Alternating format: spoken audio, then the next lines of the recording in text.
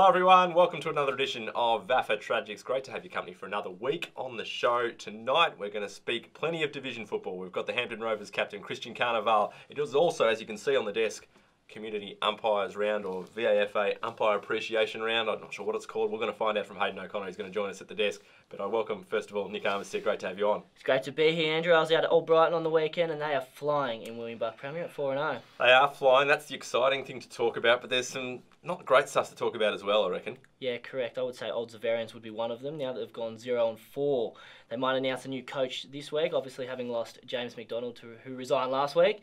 So it'll be good to see how they Unfortunate timing for us on the Tragics, because that happened after we'd recorded the show, so we couldn't really talk about it. Later that night I got the text that it actually happened, unfortunately. But we got on the VAFA podcast, if anyone got in that, but we can always discuss it. We can talk about the VAFA podcast. I'm very interested in some of the topics going on. It's going great guns as well. Yeah, Joe Pignataro and Brian Waldron on there. Yes, two big names in the VAFA community. Wal loves getting on there. He has an opinion on just about everything, and Joe's a fantastic host, so it's going well. Going beautifully. Before we get into it, Premier B margins, average winning margin in Premier B, there's a real chasm between the top sides and the bottom side. 154 points Uni Blacks over Monash Blues on the weekend. It was 101-2. Whilst that might be a good result for the Blacks, I'm not sure it's a good look for Premier B. No, it's a terrible look for Premier B, and it's shocking for Monash. They've had a couple of bad losses in a row, and I think my worst case was that they'd lose by more than 10 goals last week. And they've lost about 13 to 14 of the players who played in the semi-final last year, only expecting 3 to 4 of them back, so they set themselves for a tough year. Blacks and Old Kerry percentages above 300, which is just unbelievable in what is the second tier of the VAFA. This gap that's growing between the teams that have recently been in Premier, that dropped back to Premier B, and the rest of the competition trying to come up is just getting a little bit too big and concerning. I'm not sure how we bridge it at the moment. Kerry defeated Mazenod by 93. St Bernard's over Ajax over 98 points. Big wins that are really concerning, I reckon, for the competition. Average winning margin on the weekend of 77.6 compared to William Buck Premier 29 and in Premier C only 31. So I don't know, how do we change it? I don't know. Well, for me, the surprise is someone like a Monash Blues falling off, someone like an Ajax falling off. I don't think any of us saw this coming. Like, we do have the top 4 teams who everyone knew that they would be 1, 2, 3, 4. I don't think they knew it. They just thought they'd be thereabouts. I mean, you're hoping that someone can come up and change it. Even a Mazenod, they had a good win round 1. Even they've looked like they've fallen away. So I don't know how you fix it. I don't know if Ajax are missing players. Hopefully they do get them back if they are. Caulfield Grammarians providing a bit of light though. They beat Beaumaris, who was a team that you thought would be one of those top 4 that's going to comfortably keep winning games. But Caulfield Grammarians surprising a few. Yeah, absolutely. After not winning the flag last year, coming up, and they're 3-1. They didn't start too well. They had a first round loss, but they've won 3 on the trot now, and they're looking good. Well, we'll do more on Premier B and what that means for the competition in our what-ifs and best case, worst cases and big questions later in the show. Let's get on to William Buck Premier, though. Uni Blues are on the winners' board after a big win over De La Salle.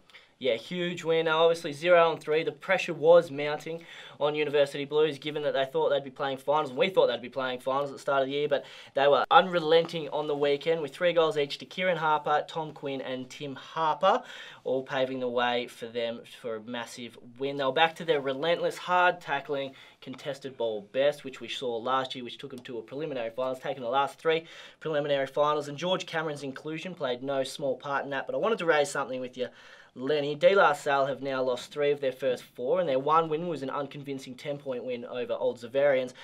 But they've got names like Fieldsend, Lowe, Fasoulis, Steve Hogan and Joe Black all playing 2s. It's a strange one, isn't it? And just not expected to see these names running around. But I guess these guys have been great servants of the club, and maybe Paul Sadley's giving some opportunities to some of their younger guys, feeling that they've got more run and the like at the moment. But yeah, you can't buy experience, and particularly in a tough competition like William Buck Premier, it's a strange one to see those big names running around playing 2s footy. It is. I fully support giving the youngsters a go, seeing whether they can play. They've got that many under-19s. It's not funny.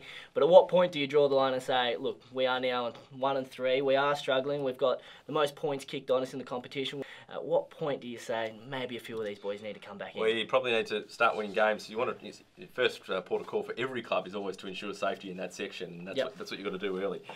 Old Brighton continue on their winning ways despite some Gossy magic down at the Beach Oval. And have a look at this. How good was this from Gossy in the first 15 minutes of the first quarter? just gets on the left, the old check side, and puts it through. That's the Gossie that we love to see, and he's back to his best. He's not wearing a glove, which is disappointing, but that's a whole other issue. Yeah, the Tunners trailed by 14 points at half-time, Ignited with 7 goals to 3, and they took a lead into the fourth. Now, Zavs had their chances and actually hit the lead. They were 4 points up 25 minutes into the fourth. But as we've seen Brighton do in their first 3 games, they're running over teams.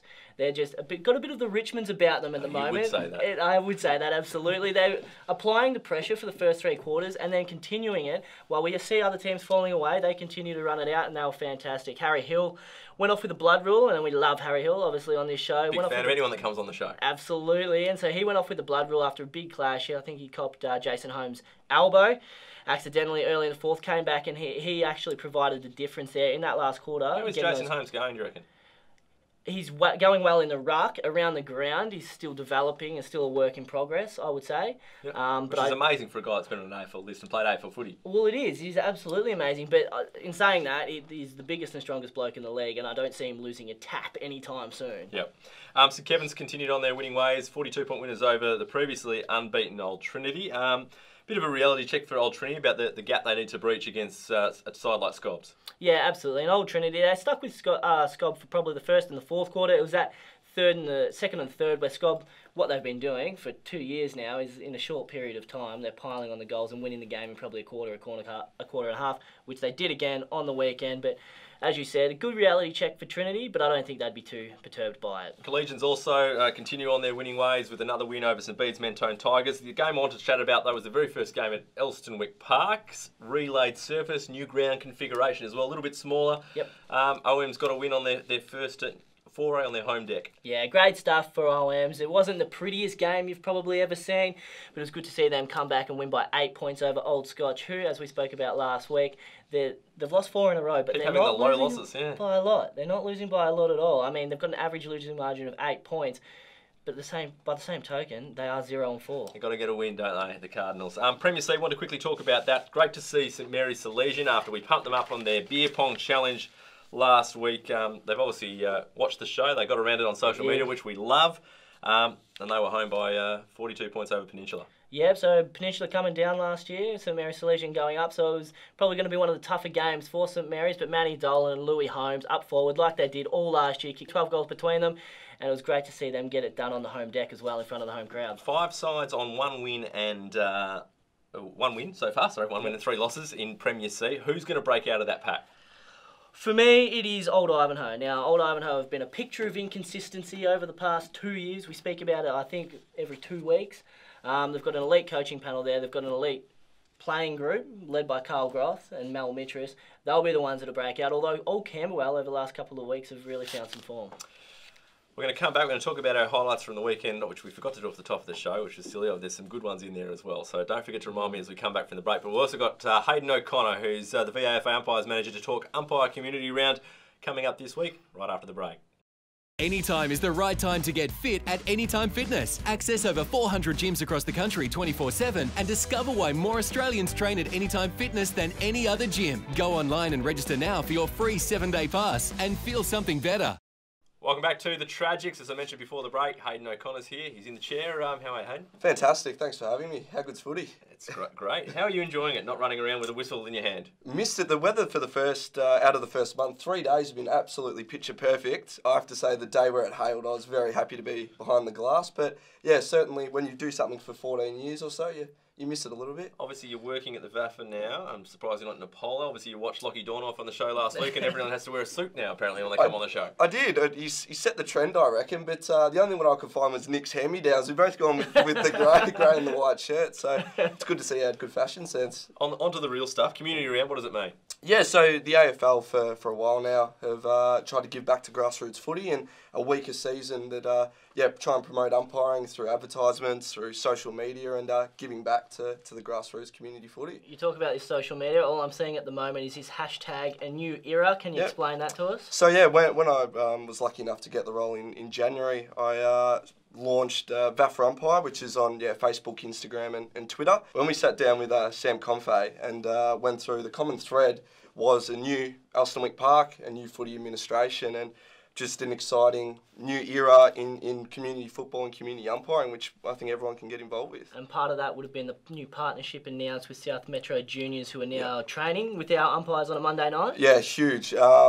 Very proud to have that relationship, and credit to Cameron Watts and Emily McIntyre from the South Metro Junior Footy League. With the Bayside and resources, we're training on the same nights as the South Metro Juniors, so why not combine them and give them a taste of what VAFA footy's like, and hopefully it can be something we can keep doing for a long time to come. What's been the biggest change in umpiring from when you first started to now? When you look at, obviously there's more umpires out there now. Yeah.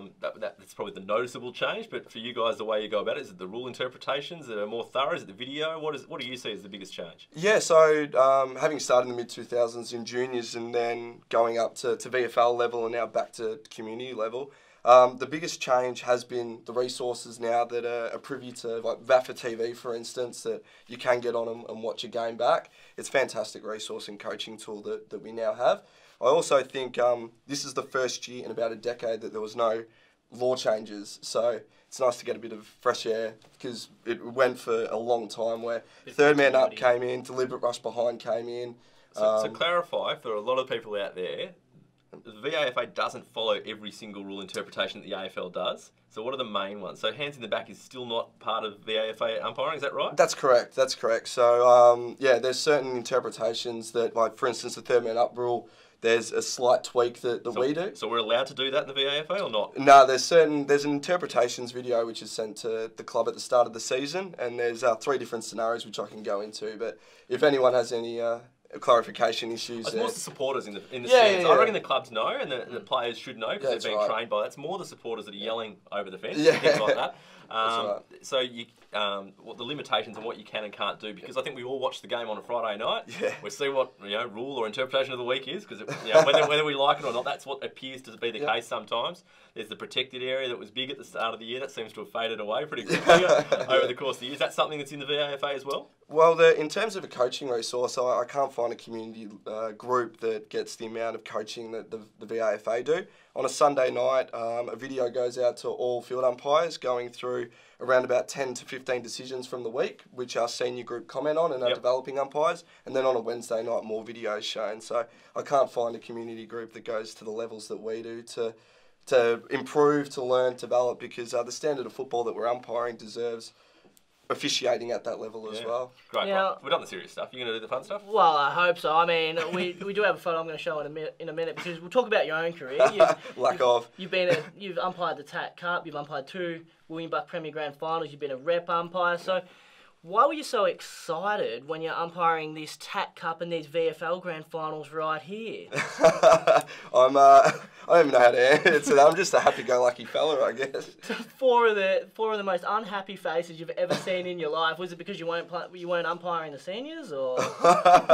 Well, I'll have a look back at the end when I'm officially done and see where it all lies. But just happy to be out there. You can have a run around, or is it too challenging at the moment in the role? I think to do the role properly, it won't allow me to, just because of the competition size. We're appointing 143 games a week. I think that the umpires deserve access to somebody if there's any issues, any game abandonments. So whilst I'd love to be out there, I think, to fulfil my role properly, it is to be available to all umpires when they're needed. Now, because you were Umpire of the Year last year, it's meant you were able to go on the VAFA Island Tour. How'd you go interpreting those rules, a mix of Gaelic and a mix of Aussie rules? It was quite difficult, to be honest, because there's not a lot of resource in terms of they only play 1 test every 2 years. So I tried to have a look at some of the games and limited access. But I think my philosophy was, as long as everybody comes off with four limbs and a head, then at the end of the game, then I'm happy. So no, it was a wonderful experience. And part of the reason after I finished at the VFL, I'm originally from the Mornington Peninsula, I came to the VAFA is because they offer opportunities that no other comp can allow, whether it be rep programs, and was lucky enough to do two rep games. And now the opportunity to go to Adelaide and to go to Ireland is just something that no one else can provide. Do you get a bit antsy watching from the sideline? Like I sat with you on the weekend at Old Brighton, and a few decisions got paid which were dubious at best, and you was like, oh, wouldn't have paid that. Like, is that how you feel most of the time? I care about VAFA football, and I care about the boys and the girls that I ran with last year, and I want them to do well. So I think that's just more internally that I want them to do the best job that they can. And if I believe that they've made an error, I just want it to be so that everyone's doing the best job they can. You're looking after a lot of the appointments, I imagine? Not so much. That's with our coaches. Okay, so is there any view and with the coaching group to do what the AFL have done and have guys run together for set periods of time? We try to in terms of our developing ones coming through the grades. It is tough with unavailabilities. It's got a great mix of, I think, both the football and the umpiring of the professionalism, but also the community aspect as well. So we want all umpires to be, firstly, great people, and if that means they need to take a week off to be with their families for whatever reason, then we want that. So professionalism is great, but we also need to look after our community as well. Isn't it true that Anthony Edmonds was absolutely stoked that his wife had her baby when she did, because it meant he could umpire on the weekend? I can neither confirm nor deny, but he was very happy. He was very happy in the Umpire Association rooms prior to finals time. Excellent. Good luck this weekend. Thank you very much. Thanks for having me. Thanks, yeah, mate. Great to have the green shirt on the desk as well. Epworth getting the job done as well, sponsoring the umpires. Hayden O'Connor there joining us. After the break, we're going to talk Division 1 and Hampton Rovers. Christian Carnevale is going to join us after this. Anytime is the right time to get fit at Anytime Fitness. Access over 400 gyms across the country 24/7 and discover why more Australians train at Anytime Fitness than any other gym. Go online and register now for your free 7-day pass and feel something better. Welcome back to the Tragics. As I mentioned before the break, we've got the Hampton Rovers captain Christian Carnevale on the show. Welcome to the show. Thanks for having me. Must be nice rolling the season with 4 straight wins.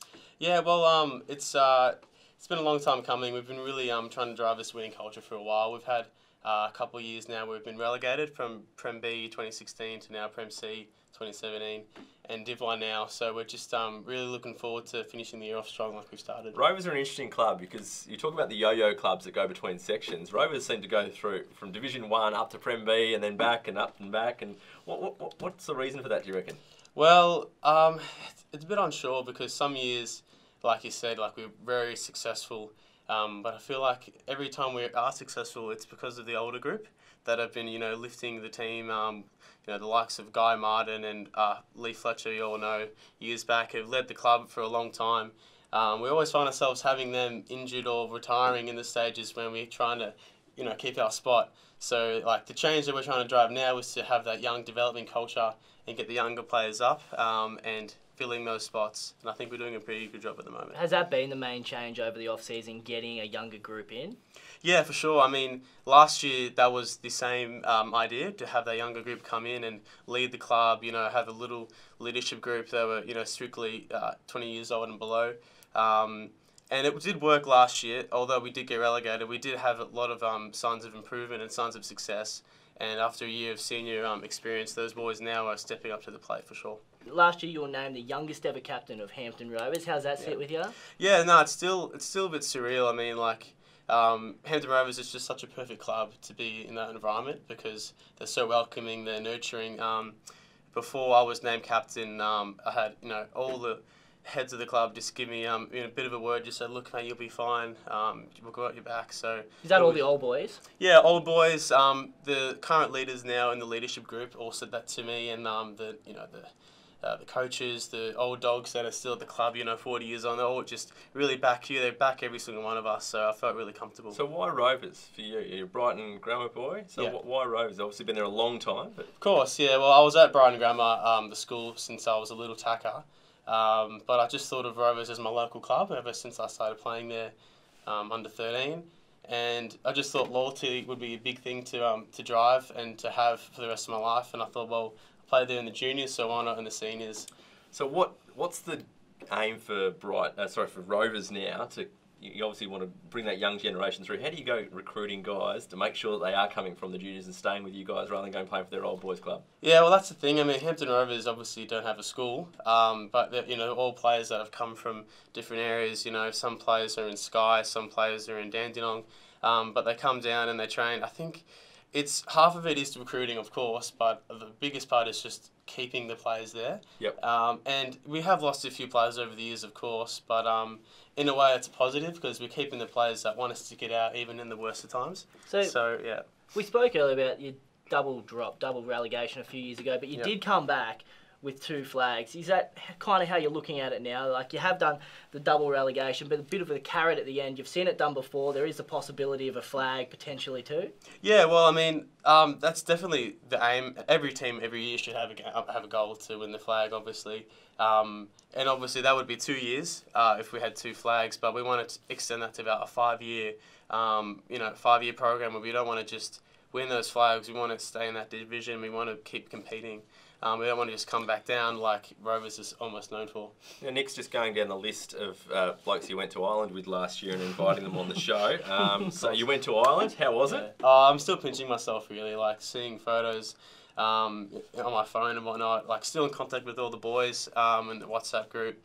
It was absolutely amazing to go overseas alone, but to also be playing the sport, representing the VAFA was a great experience. Yeah. You had great fun. Did you kick on in Europe, or did you just come home after that? I would have loved to kick on, but I had a lot of uni work to complete. You could have taken the semester off. I probably could have actually, but nah. You know what? The 2 and a bit weeks there was definitely enough. As well as we were representing the VAFA, we played really well. We took it very seriously, and we definitely did well on the field. Off field as well, we were pretty strong. Viral video. Tell me about this. Yeah, so a few years ago, me and a friend of mine who's in the youth athletics squad for athletics, he's a 400-metre hurdler. He and I came together and created a Compete Clean video, basically just promoting competing clean, not just in athletics, but obviously in any sport. And it just talks about diet and nutrition and mental health, and if you have any issues there, always talk to your coaches and your friends and your peers. And it's a good video. It's on YouTube. It's got a few views, so if you're free, check it out. A few views. You produced and filmed and edited this, and it's got over 35,000 views? Yeah, correct.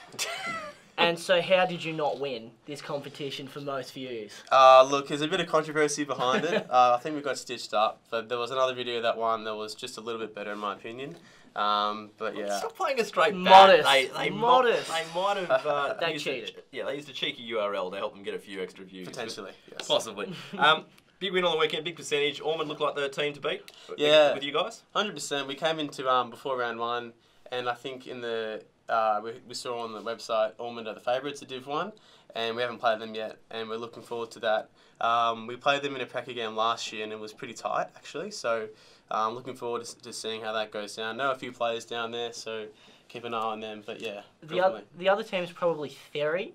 They've obviously got a couple of big names with the Bannister boys, the Egglestons, Dean Rioli. Jonathan Mullins has come in. Are they a team that you're pretty wary of? Yeah, definitely. So the next 4 weeks, I think we've got Ferry and then Ormond in round 9. So definitely keeping an eye on them. Good luck for the rest of the year. Thanks for coming on the show. Thanks very much, Andrew. Thanks, Nick. Let's talk more footy after the break with best case, worst case, the big questions, and of course our highlights from the previous round. Back in a moment. Anytime is the right time to get fit at Anytime Fitness. Access over 400 gyms across the country 24/7 and discover why more Australians train at Anytime Fitness than any other gym. Go online and register now for your free 7-day pass and feel something better. Welcome back to the Tragics. Plenty more to get through. We've got the best case, worst case scenario. We've got the 4 questions, and of course we've got the highlights from the week just gone. Nick, what was your highlight from the week just gone? Now, there is nothing better, Lenny, than the announcement that you're playing your first ever senior game. Your debut at senior level, none more so than at AFL level. Oh, right. Sorry, I was watching Hawks TV, tuning in as I do each week, and it was great to see Clarko announcing that James Warple was making his debut for Hawthorn on the weekend, the old Warpedo. And so it was set up beautifully. They filmed the entire thing, and they've panned over the Warpedo, and who do I see but none other than the bonce of the one and only Andrew Leonard. Now, what gets me is that as digital media manager at Hawthorn, you would have been the main architect behind this, and you have just, look at him over there, just leaning back in the back of the shop, giving it a nice little clap. What is going on there? I'm not even going to acknowledge it. What is going on there? Look, I accidentally walked in. I thought the moment had actually already been done, so I went in just to see how it had gone, and then it unfolded at that moment. So that was unfortunate. Well, if timing that was from me. But if it was your idea, it was a great idea to film that. No, it's all good. We're very lucky to get that sort of access. Now, the highlight for me, I do have a VAFA-themed one here, and we're going to go back to Brenton Mann, our fabled friend from the show of the Tragics over the last couple of years. I reckon he's got relevance deprivation, does Manny. He's tweeting AFL 360. And he's made their tweets of the week, and he's a big Richmond man. You two are sickening with your Richmond love that you're showing at the moment. But here he is, his tweet on AFL 360. So well done, Manny. But He would have loved that. Yeah. Why don't you tweet the Tragics, Manny? Get involved in it. Quickly, let's have a look at the divisions, 2 to 4. Whitefriars and Old Paradians still undefeated in Division 2, going great guns. Yep, absolutely. Old Paradians had a great win over the previously undefeated UHS VU, so those two are looking the goods. Aquinas had a good win against Manningham Cobras in their grand final rematch. Yeah, that was always going to go either way. Both those teams are pretty evenly poised at the moment, so an 18-point win is great for the Bloods. And South Melbourne Districts, we celebrated their first win in a while in round 1. They've continued on their merry way and they've now got 4, along with North Brunny and St Francis Xavier in Division 4. Yeah, South Melbourne. It's fantastic to see for South Melbourne after 2 pretty tough years, but 4 in a row. I don't think we would have picked it, but it's good to see.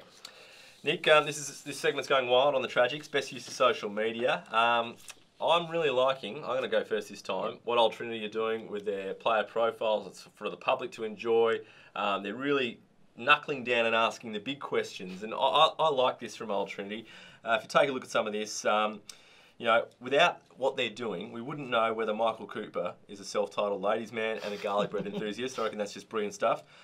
Even the old T's ladies' side, Lauren Sam's Bumble Tinder pickup line is only swipe right if you're a sugar daddy. Now, this is just elite stuff from them that they're bringing this to the public's attention.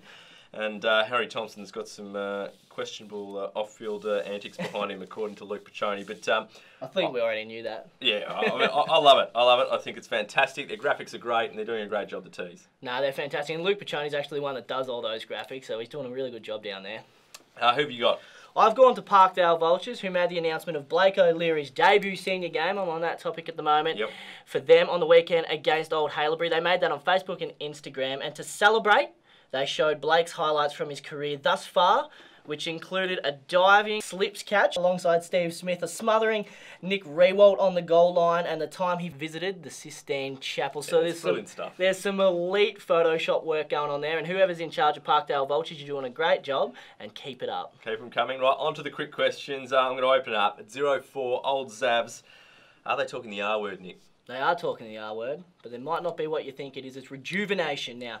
They've lost their coach. From you. I thought you were going to go harder here. Absolutely not. They've lost their coach last week. They played well and they were in it for 3.5 quarters against Old Brighton. And I think now that they've got some beads at home, I think they might get it done. They'll be 1-4 at the end of this weekend. Fair enough. Lenny, are Caulfield Grammarians the surprise packet of 2018 so far? Yeah, talked about it off the top of the show when we were talking Premier B. It's great to see the Fields going so well after a big loss in the opening round of the season. They've responded with 3 straight wins. They're going beautifully, and they look to be one of those teams that are going to hold their position in the section at the very least. Is Harry Hill the favourite for the Woodrow medal? I wouldn't say he's the favourite, but he would definitely be up there. I mean, they've now won 4 in a row. Harry Hill is a proven vote getter. He is a proven poller. We should have asked Hayden about this. Yeah, well, maybe we should. He could have given us the inside scoop. I mean, he missed 6 games last year and still came home in a canter with about 25 votes, so he'd be getting votes for Old Brighton at the moment. If they keep up their winning form, it would not surprise. Lenny, last question. First club to have the first time in William Buck Premier. Who do you think it'll be? Yeah, well, this comes off the back of the discussion we had at the start of the show about Premier B and the difference and the disparity between the top sides that have just been recently relegated from William Buck Premier and the sides who are coming from Premier C and below to try and jump up and make that jump into William Buck Premier section. There's a couple of clubs that come to mind. I reckon Parkdale Vultures, if they get it right, have got the ability to jump up, and it'd be great to see one of those community clubs in there. Fitzroy are a real chance. I know they got relegated last year, but they're on the cusp. They've got a fantastic junior program, the Roys, and I reckon they're a real chance. Another club that's a big chance to make it up to William Buck Premier, I reckon, in the future, not too distant future, Williamstown CYMS. But agree. Tell you what, they've got to get into Premier B, and they've got to bridge the gap between the sides that are coming down, because with Old Kerry, Uni Black, St Bernard's, Beau Morris doing what they're doing, it's making it harder and harder.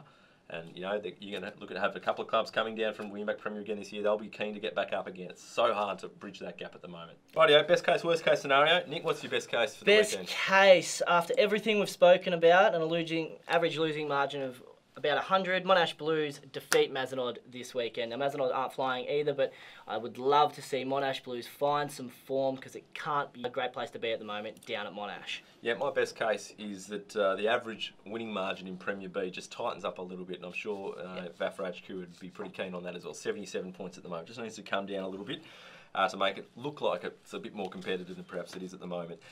Worst case? Worst case is that La Trobe University revert back to their round 1 to 3 form. They were fantastic on the weekend. Canterbury haven't lost a game, and La Trobe pushed them to within 9 points. So Alan Ezard's clearly called a few boys in, and hopefully they've got a few more players, and they'll be a lot more competitive for the rest of the season. I'd like to see that from the Turtles as well, who are slowly but surely just getting into games a little bit better than they perhaps might have been as well. Worst case scenario for me, I think, is Old Zabs go 0-5, and I don't think that'll happen. They've got some beads this week, but I think they'll be right. They'll get their first win of the year. I agree with you. But it's not going to be easy because some beads have shown some good signs. They have indeed. Thanks for joining us on the show again. We'll chat next week. Yeah, good. Been good. That's been it from us here at the Tragics. We'll catch you next time.